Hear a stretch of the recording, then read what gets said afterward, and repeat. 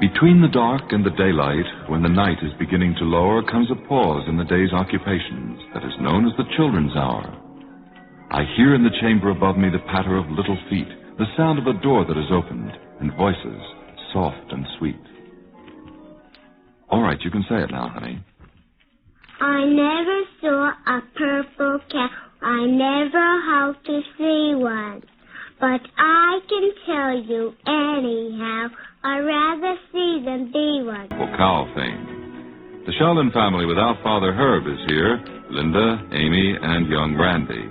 Philadelphia's son Jimmy has an expose for you on the subject of a turtle. And we'll drop in at Gene Hamilton's to meet Bruce, Bob, Jeff, and 2-year-old Susie.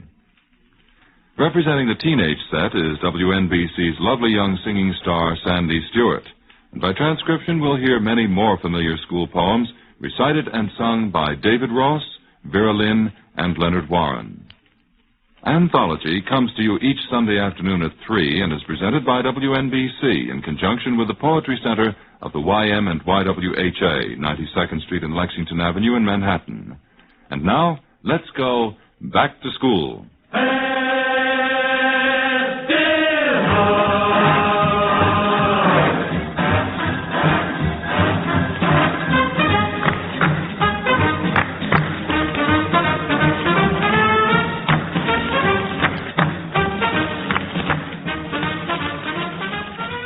This is the happy music which introduces one of our very favorite people, Herb Sheldon, who dispenses his own particular brand of pleasant chatter a la platters 5 days a week over WNBC from 2:05 till 2:55. The microphone must be standard equipment around the Sheldon household, because when we asked Herb's 2 younger daughters and his son Randy to read their favorite poems, there was an immediate and enthusiastic response. Let's listen first to Amy. Amy is 8, and the poem she's picked concerns a little friend of hers. Well, he's a friend of hers on a sunny Sunday afternoon like this. My shadow. I have a little shadow that goes in and out with me, and what can be the use of him is more than I can see. He is very, very like me from the heels up to the head, and I see him jump before me when I jump into my bed. The funniest thing about him is the way he likes to grow, not at all like proper children, which is always very slow, for he sometimes shoots up taller like an Indian rubber ball, and he sometimes gets so little that there's none of him at all. He hasn't got a notion of how children ought to play, and he can only make a fool of me in every sort of way. He stays so close behind me, he's a coward, you can see. I think shame to stick to Nursery as that shadow sticks to me. One morning, very early, before the sun was up, I rose and found the shining dew on every buttercup, but my lazy little shadow, like an arrant sleepyhead, has stayed at home beside me and was fast asleep in bed. Young Randy Sheldon, 7 years old, has chosen another poem by Robert Louis Stevenson. He's not a bit concerned with his shadow, but he has this to say concerning the rain. Randy? Rain by Robert Louis Stevenson. The rain is raining all around. It falls on field and tree. It rains on the umbrellas here and on the ships at sea.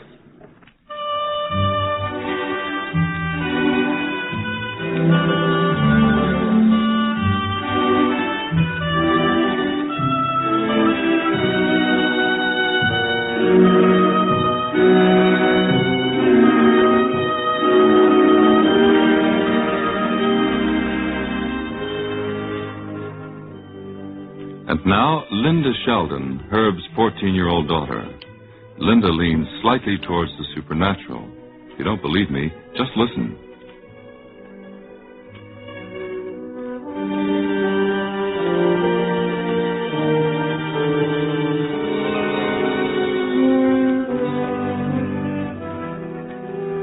The Little Ghost by Agnes St. Vincent Millay. I knew her for a little ghost that in my garden walked. The wall is high, higher than most, and the green gate was locked. And yet I did not think of that till after she was gone. I knew her by the broad white hat all ruffles she had on. By the dear ruffles round her feet, by her small hands that hung in their lace mitts, austere and sweet, her gown's white folds among, I watched to see if she would stay, what she would do, and oh, she looked as if she liked the way I let my garden grow. She bent above my favorite mint with conscious garden grace. She smiled and smiled. There was no hint of sadness in her face. She held her gown on either side to let her slippers show, and up the walk she went with pride, the way great ladies go. And where the walk is built in new and is of ivy bare, she paused, then opened and passed through a gate that once was there.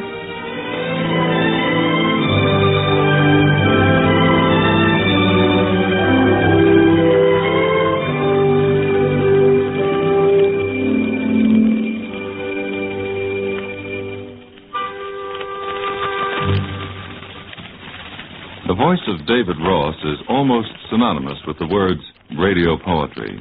You've heard and enjoyed him many, many times on WNBC, I'm sure. David's versatility has always delighted us. One moment he'll be reading a poem as serious as Sandburg's Cool Tombs or as romantic as a Shakespearean sonnet. Then, in a twinkling, he turns to Lewis Carroll to lend a new whimsy to one of the most whimsical of all children's poems. With a special background score composed and played by Tony Mottola, David Ross invites you to meet the Jabberwocky.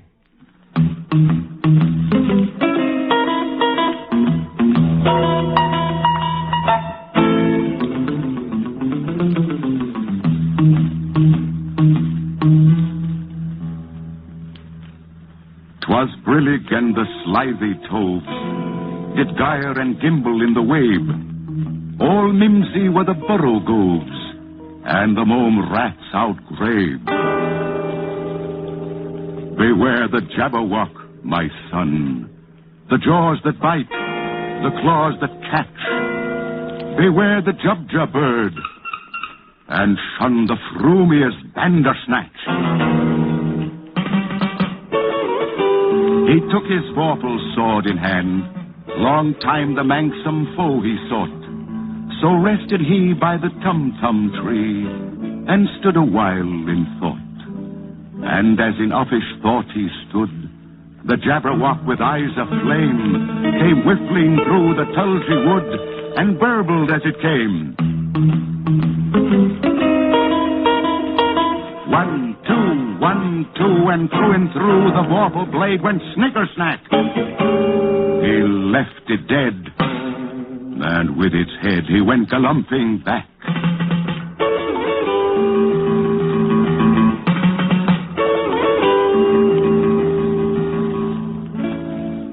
And hast thou slain the Jabberwock? Come to my arms, my beamish boy. O frabjous day, calloo, calais. He chortled in his joy. 'Twas brillig, and the slithy toves did gyre and gimble in the wabe. All mimsy were the borogoves, and the mome rats outgrabe.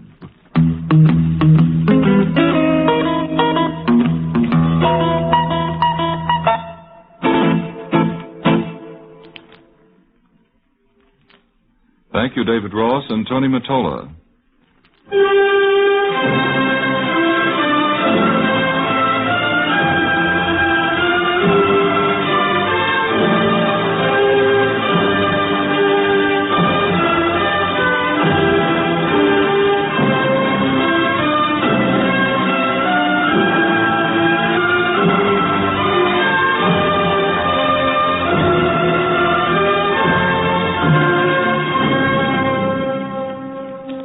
Gene Hamilton, who is your host every Saturday afternoon on the Music of America series, was away on vacation when we planned this Sunday's back-to-school edition of Anthology. We gave him a call and explained our situation, and Gene promised us poetic performances via tape by the complete Hamilton brood, including little Susan, who is 2. Well, the tape arrived. We were going to edit it. But after listening to this delightfully informal family session, we decided to play the tape exactly as Gene and his kids recorded it. So let's just drop in at Gene's home. Papa Gino himself is the family MC. And now, here is Susie. I like to run the lake and the sailfish collect like thunder. I shall cross the way. Now, Brucey, do it. All right, here's Brucey. On the road to run away, where the fire and fishes play. When the dawn comes up white Sunday, I will China across the bay. Well, they're all going to be singers, I guess, instead of poets. And here's Bob. I like short poems. This one is called Dopes. Frogs hop, birds fly, clocks stop, then die. Water's wet, fire's hot. Hens set, things rot. People drink, one hopes. Some think, others dopes. And now, here's Jeff. If your nose is close to the grindstone rough, and you hold it down there long enough, in time you'll say there's no such thing as brooks that babble and birds that sing. These three will all your world compose. Just you, the stone, and your silly old nose. Psst. Susie, Brucey, are you still by the radio? Well, don't go away because we have something very special just for you. Listen. Come you back to Mandalay, where the yokels still lay. Can't you hear their matters chanting from Random to Mandalay? On the road to Mandalay, where the flying fishes play, and the dawn comes up like thunder out of China.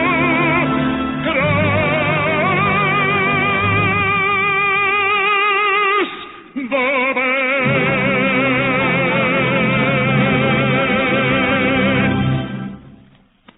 And now for our back-to-school anthology, let's go back to the farm.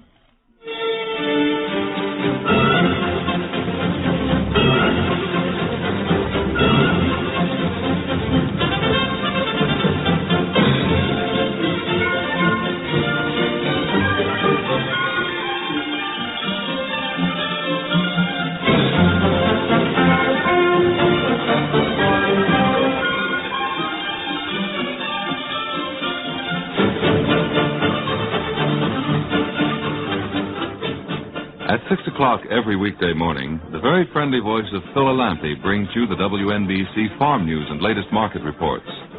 Phil is a gentleman who practices what he preaches, since he owns the beautiful Alampi poultry breeding farm in Williamstown, New Jersey. Taking care of more than 5,000 chickens keeps the Alampis on the move, but we did manage to sidetrack one of Phil's sons for this afternoon's show. Hi, this is Jimmy Alampi. I'm going to tell you about the little turtle.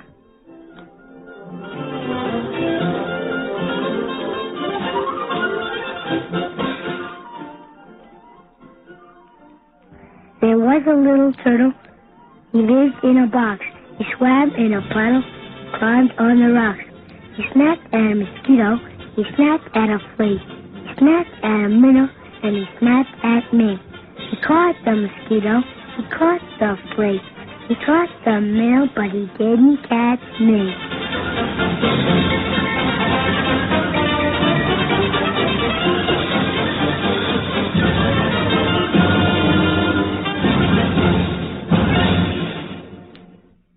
Thank you very much, Jimmy. Another of our very busy WNBC folk is Johnny Guarneri.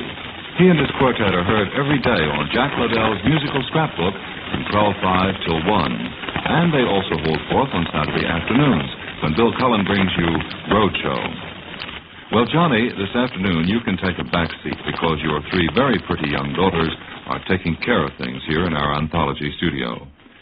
Noelle, since you're the oldest, why don't you go first? Which poem have you picked for us? I would like to read The Owl and the Pussycat.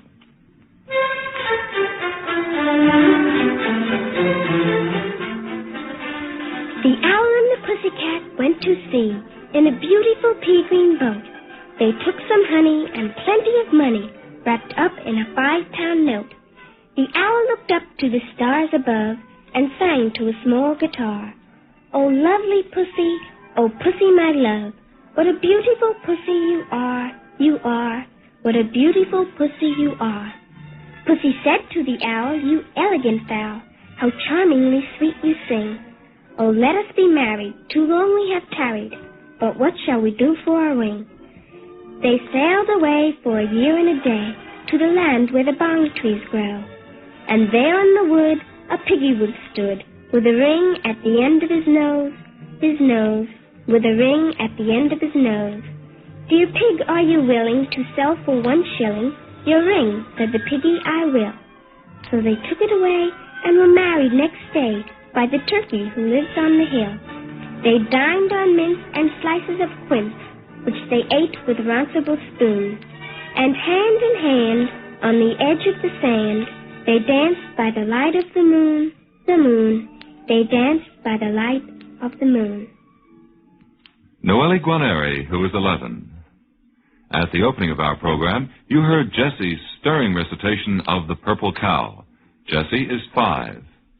We tried to talk her into another poem for this family portion of the show, but Jessie's sticking to her guns on the subject of her very colorful bovine pal. As she said before, I never saw a purple cow. I never hoped to see one. But I can tell you anyhow, I'd rather see than be one. Jessie, I'm with you. I wouldn't want to be one either. And I'm not too sure I'd care to be the young fellow whom Cookie knows.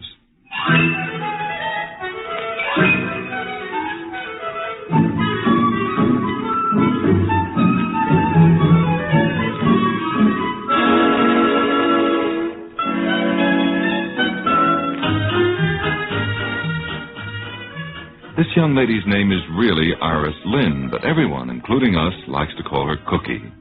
Who's your boyfriend, Cookie?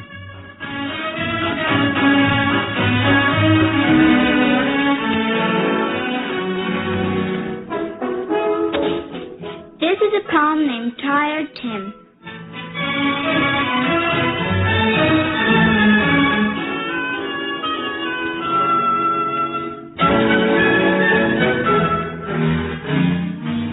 Poor Tired Tim. It's sad for him. He lags the long, bright morning through, ever so tired of nothing to do. He moans and mopes the livelong day, nothing to think about, nothing to say. Up to bed with his candle to creep, too tired to yawn, too tired to sleep. Poor Tired Tim. It's sad for him.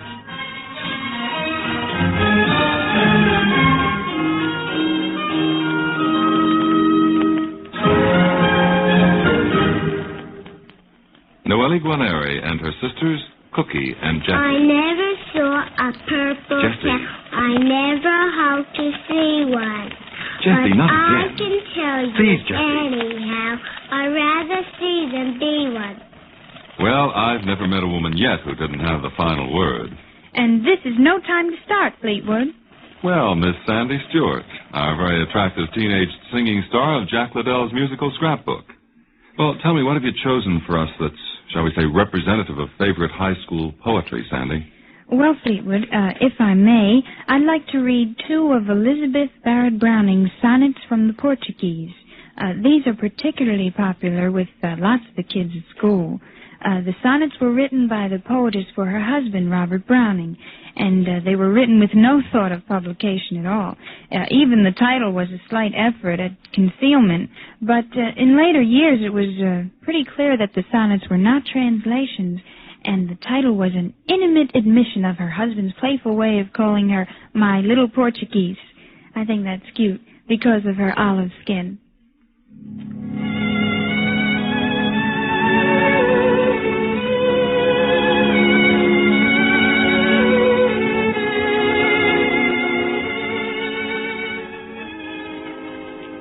If thou must love me, let it be for naught except for love's sake only.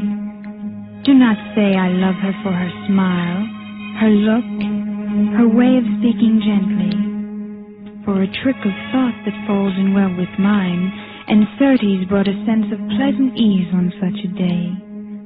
For these things in themselves, beloved, may be changed, or change for thee, and love so wrought may be unwrought so. Neither love me for thine own dear pities wiping my cheeks dry. A creature might forget to weep, who bore thy comfort long, and lose thy love thereby. But love me for love's sake, that evermore thou mayest love on, through love's eternity.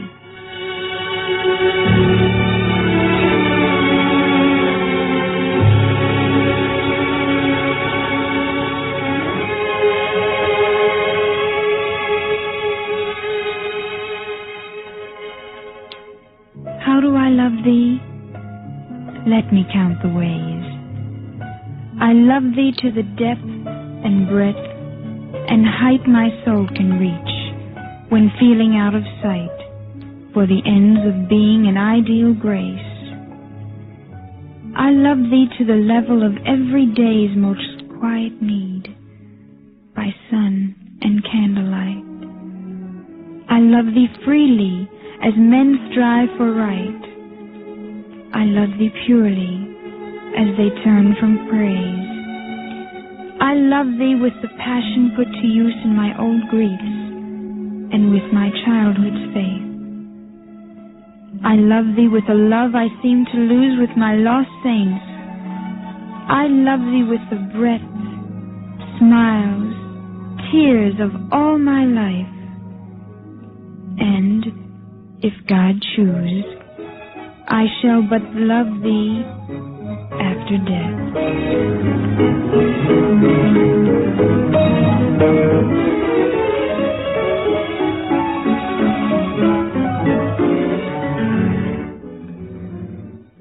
Sandy, thank you. I just hope you'll invite me back again, Fleetwood. That's the date, Miss Stewart, and thanks again. 4 hours from now, I'll already be winging my way to Lisbon on my vacation. I'm taking 3 weeks off to visit Europe. But I'm leaving behind an ample supply of transcribed programs, so you'll be hearing Anthology each Sunday afternoon at the same time. If I may, here's the schedule of shows in case you'd care to follow along with any of the more familiar works we've selected. Next week, as promised, a repeat performance of the Edna St. Vincent Millay Memorial Program starring Deems Taylor. Mr. Taylor will tell you about his friendship with the great poetess and read selections from her final book, Mine the Harvest. September 5th, Dr. Faustus by Christopher Marlowe. September 12th, Canada Lee reads the Rubaiyat of Omar Khayyam. And September 19th, Vincent Price reading the poems of Yeats and Archibald MacLeish reading from his own works. I'll be back for the program of September 26th, when we hope to bring you a preview of the new RCA album, A Midsummer Night's Dream, with the entire Old Vic Company starring Morris Shearer, Stanley Holloway, and Robert Helfman. We'd like to close our back-to-school edition of Anthology with one of our favorite children's poems, which is sung by Vera Lynn. From A.A. Milne's Winnie the Pooh, shh, Christopher Robin is saying his prayers.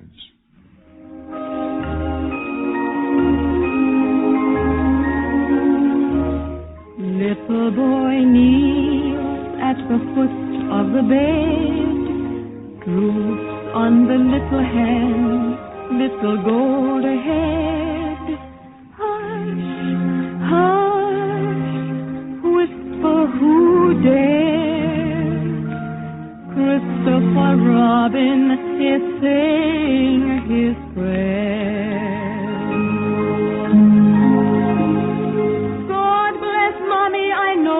Right. Wasn't it fun in the bath tonight? The cold so cold and the hot so hot. Oh, God bless Daddy, I quite forgot. If I open my fingers a little bit more, I can see Nanny stretching down on the door. It's a beautiful blue, but it hasn't a hood. Oh, God bless Nanny and May.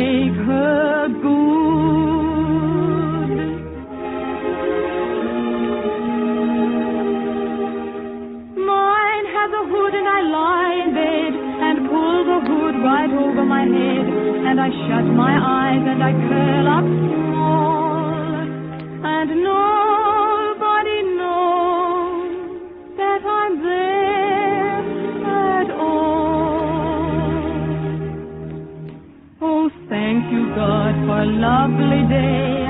Now what was the other I have to say? I said, God bless Daddy, so what can it be? Oh, now I remember it, God bless me. Little boy kneels at the foot of the bed, fruit on the little hand, little gold head. Hush, hush, whisper who dares. Christopher Robin is saying his prayers.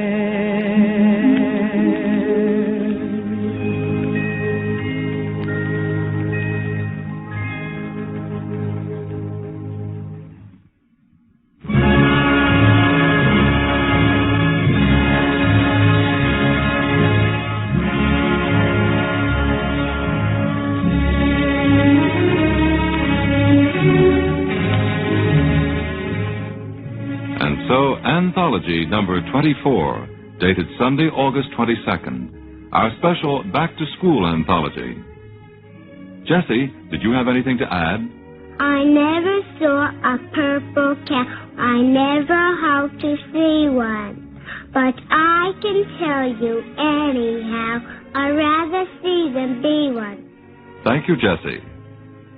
Next week, the Edna St. Vincent Millay Memorial Program, a repeat performance in answer to your many, many very kind requests. Anthology is brought to you by WNBC in conjunction with the Poetry Center of the YM and YWHA, 92nd Street and Lexington Avenue in Manhattan. John Malcolm Brennan, director. The program is produced by Steve White, written and directed for WNBC by Draper Lewis. Until next Sunday at 3, this is Fleetwood wishing you good luck and good reading.